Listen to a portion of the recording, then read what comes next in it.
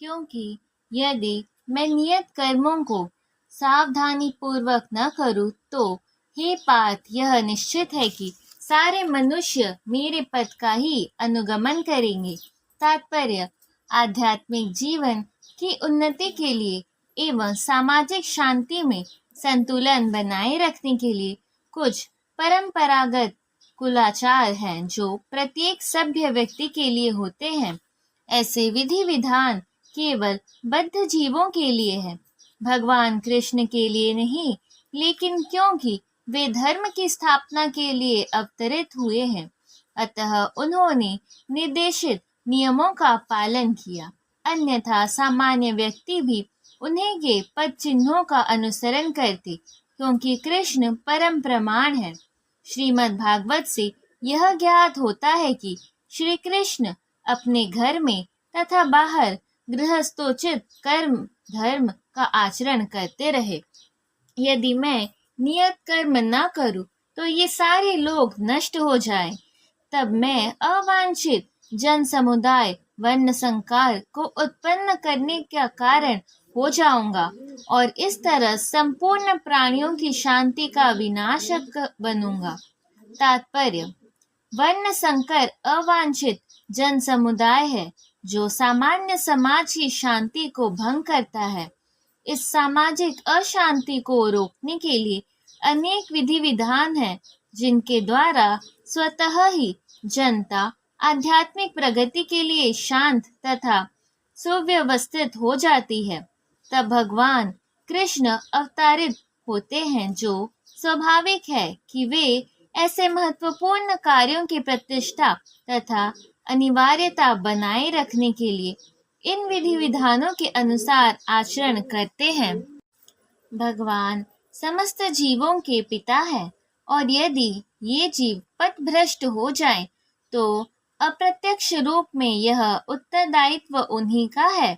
अतः जब भी विधि विधानों का अनादर होता है तो भगवान स्वयं समाज को सुधारने के लिए अवतरित होते हैं।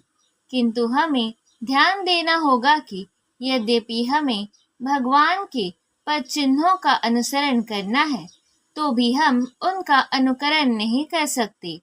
अनुसरण और अनुकरण एक से नहीं होते। हम गोवर्धन पर्वत उठाकर भगवान का अनुकरण नहीं कर सकते, जैसा कि भगवान ने अपने बाल्यकाल में किया था।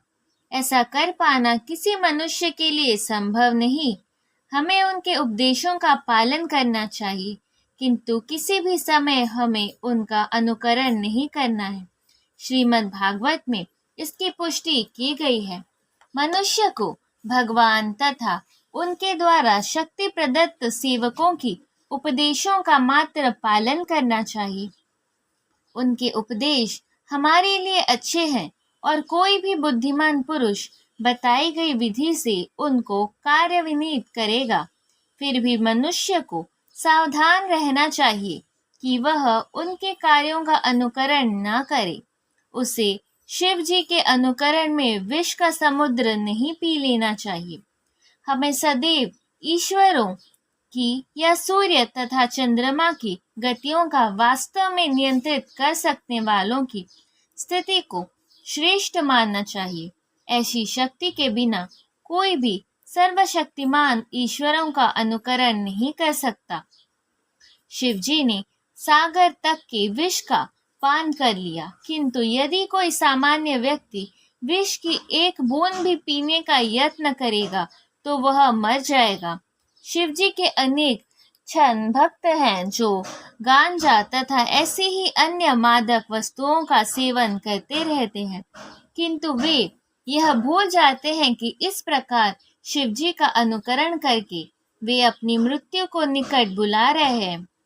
इसी प्रकार भगवान कृष्ण को भी अनेक छद्म भक्त हैं जो भगवान की रासलीला या प्रेम नृत्य का अनुकरण करना चाहते हैं, किंतु यह भूल जाते हैं कि वे गोवर्धन पर्वत को धारण नहीं कर सकते।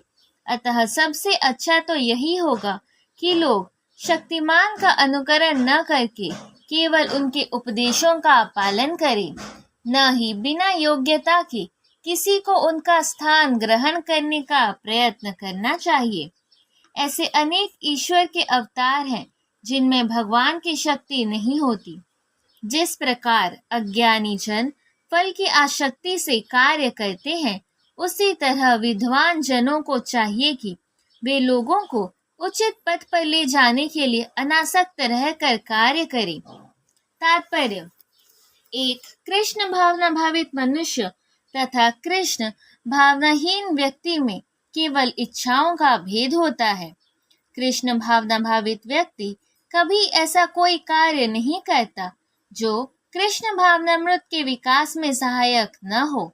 यहाँ तक कि वह उस अज्ञानी पुरुष की तरह कर्म कर सकता है जो भौतिक कार्यों में अत्यधिक आसक्त रहता है, किंतु इनमें से एक ऐसे कार्य अपनी इंद्र तृप्ति के लिए करता है, जबकि दूसरा कृष्ण की तुष्टि के लिए। अतः कृष्ण भावना भावित व्यक्ति को चाहिए कि वह लोगों को यह प्रदर्शित करे कि किस तरह कार्य किया जाता है और किस तरह कर्म फलों को कृष्ण भावनामृत कार्य में नियोजित किया जाता है। विद्वान व्यक्ति को चाहिए कि वह सकाम कर्मों में आसक्त अज्ञानी पुरुषों को कर्म करने से रोके नहीं, ताकि उनके मन विचलित न हो, अपितु भक्ति भाव से कर्म करते हुए वह उन्हें सभी प्रकार के कार्यों में लगाए, जिससे कृष्ण भावनामृत का क्रमिक विकास हो। तात्पर्य: यह सिद्धांत संपूर्ण वैदिक अनुष्ठानों की पराकाष्ठा है।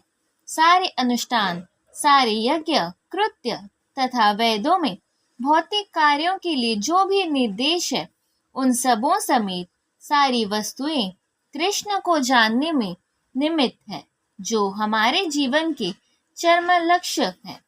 लेकिन चूंकि बद्ध जीव इंद्र तृप्ति के अतिरिक्त और कुछ नहीं जानते, अतः वे वेदों का अध्ययन इसी दृष्टि से करते हैं, किंतु सकाम कर्मों तथा वैदिक अनुष्ठानों के द्वारा नियमित इंद्र तृप्ति के माध्यम से मनुष्य धीरे धीरे कृष्ण भावनामृत को प्राप्त होता है। अतः कृष्ण भावनामृत में स्वरूप सिद्ध जीव को चाहिए कि अन्यों को अपना कार्य करने या समझने में बाधा न पहुंचाए, अपितु उन्हें यह प्रदर्शित करे कि किस प्रकार सारे कर्म फल को कृष्ण की सेवा में समर्पित किया जा सकता है।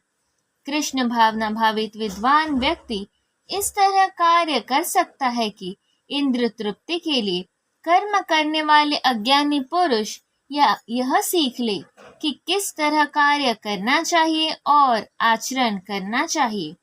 यद्यपि अज्ञानी पुरुष को उसके कार्यों में छेड़ना ठीक नहीं होता, परंतु यदि वह रंज भर भी कृष्ण भावना भावित है, तो वह वैदिक विधियों को परवाह न करते हुए सीधे भगवान की सेवा में लग सकता है।